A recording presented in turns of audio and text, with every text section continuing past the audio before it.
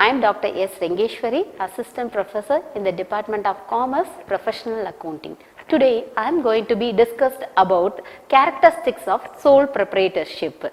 Okay, so based on the sole proprietorship, I am just framed some of the learning objectives. The first objective is to learn about the sole proprietorship, and the second thing is to know about the characteristics of sole proprietorship. Next, we are going to be discussed about the sole proprietorship. Who is the sole proprietor of the concern? The sole proprietor is an individual person who owns and manages their company own business as individual.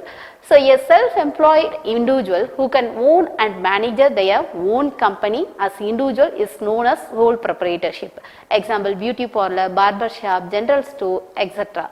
And a sole trader, unlike the proprietors of a limited company, is personally accountable for their business obligation, and their personal wealth may be at stake if creditors are not paid. This unrestricted liability as well as the strain of having to carry all the obligation can pose the considerable issues. Next, we are going to be discussed about the characteristics of sole proprietorships. Before entering into the topic, according to Professor Haynes, sole proprietorship is a person for entering into sole traders for the creditors' liabilities, and the characteristics: complete the command. The first thing is complete the command. As a sole proprietors own and control the whole firm. He is totally in command of a wide variety of company choices, from how they functions and how to manage their business and how to earn their business activities.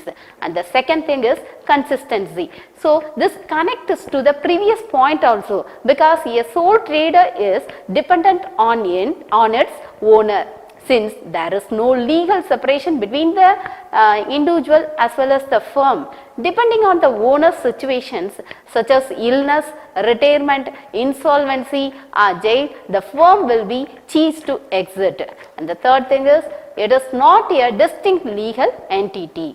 So here, as a single proprietor, the firm are treated as one and the same, because there is no independent legal entity. They will be held to the accountable for any transaction and acts in their business activities. The fourth one, indefinite liabilities. Sole proprietors are fully liable for any business obligation, because there is no maximum amount of debt for which a single trader is personally liable, and as a result their assets may be confiscated to the compensate for the business losses also. And fifth one is individual taxation. On taxable business earnings, they pay income tax rather than corporation tax. He or she must be additionally registered for GST if their company annual revenue exceed the existing GST level of rupees 20 lakh. Okay, and the next one is privacy. As a sole trader, he or she more privacy, because they have to be only one person have to be handling the business activities. So disclose their confidentiality reports to the government authority also. Unlike private limited company, directors also obliged to disclose their firm's accounts or data on the income tax portal also, and they have to be maintain their secrecy within the employees also. And the seventh one is few administrative and filing obligations. Operating as a sole proprietor requires little documents alone, because it is not registered for the any kind of Companies Act. It is not compulsory to register their business. Whenever they have to be starting the business, it is not compulsory to register their business. Sole traders are not obliged to file accounts or other papers also, because there is no need to register their business also. So it is not possible to any filing of accounts also. And company accounts, just like the company's house or savings or self-assessment tax returns, etc. Remember that she or must still keep track their company cost and income to file the tax return. 8th one, and free to select the business. The sole trader can select any kind of business according to their abilities and will and can make any changes in their selection of business when required. So there is no interference between the sole trading activities, because there is no persons are not interfering to can do the business.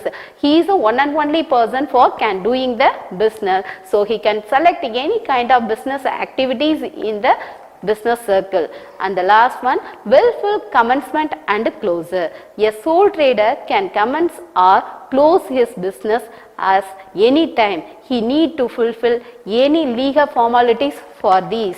And finally, I conclude my topic. The conclusion of this, the sole traders, it's not an individual can own their business for their company as a individual person. He is the proprietors of the limited company. He is personally accountable for their business obligation, and their personal wealth may be staked if creditors are not paid.